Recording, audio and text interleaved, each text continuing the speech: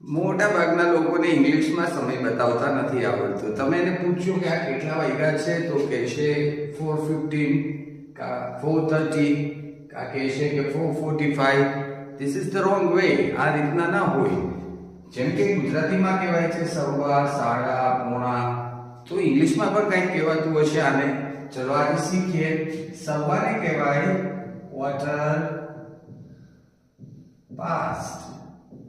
સવારે શું કહેવાય? quarter past. પછી જેટલા વાગ્યા હોય એટલા પાછળ મૂકી દેવાના. કેટલા વાગ્યા છે? 4. તો quarter past 4. સવા 4.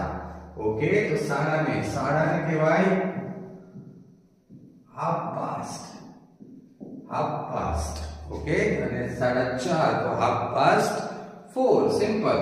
અને પોણાને કહેવાય quarter to. પણ યાદ રાખજો આ શું બોલાય છે?